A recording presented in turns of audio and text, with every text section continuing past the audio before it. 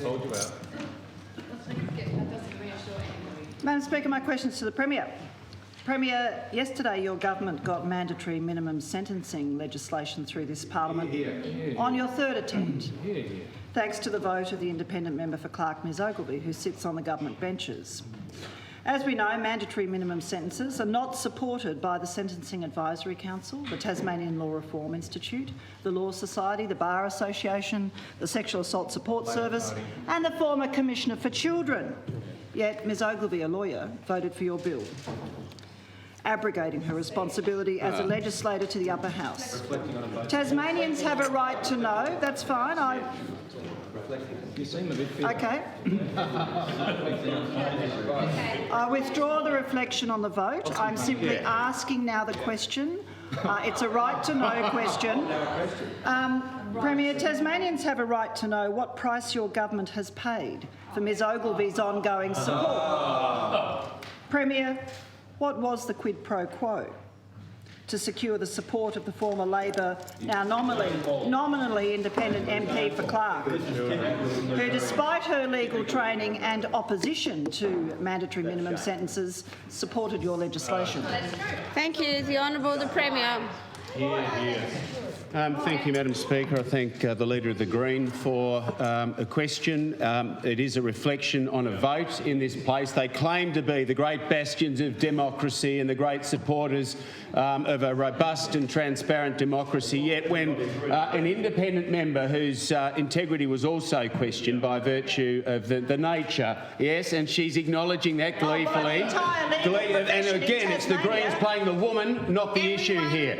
Well, Ms Ogilvie can speak for herself, and she made very clear in this place her position on this bill and the course she took, and it's a matter of public record. There is no substance to the suggestions of the Greens, as usual. The conspiracy theories... Point of order, Madam Speaker. Yes, I'll take that. Order 45 relevance. This is about the use of public resources and whether or not there was a quid pro quo in return for Ms Ogilvie's ongoing support for Liberal government legislation. Not just one. Okay, that's not a point. That's not a point of order. We'll let the Premier. Utterly reject the assertions, the offensive assertions made by the member, not just with respect to me and my government, but also Ms Ogilvie and her independence. I know it would be galling to the Labor Green opposition because, of course, Ms Ogilvie, as a former member of the Labor Party, was not welcomed back by that party, or at least not by the leader. Others were prepared to welcome her back. The fact is, Madam Speaker, for whatever reason, the Labor Party felt they didn't need another member in their team, and they still are not able to provide a cogent reason for that. Now, I know it would strengthen the Labor-Green coalition, Madam Speaker, if that had been so, but Ms Ogilvie sits in this place as an independent. I will not compromise or call into question her integrity on this matter. The bill has passed this place, as has been said, Madam Speaker, and it was done so on the merits of the bill, which is all about, well, Madam Speaker, well may some laugh,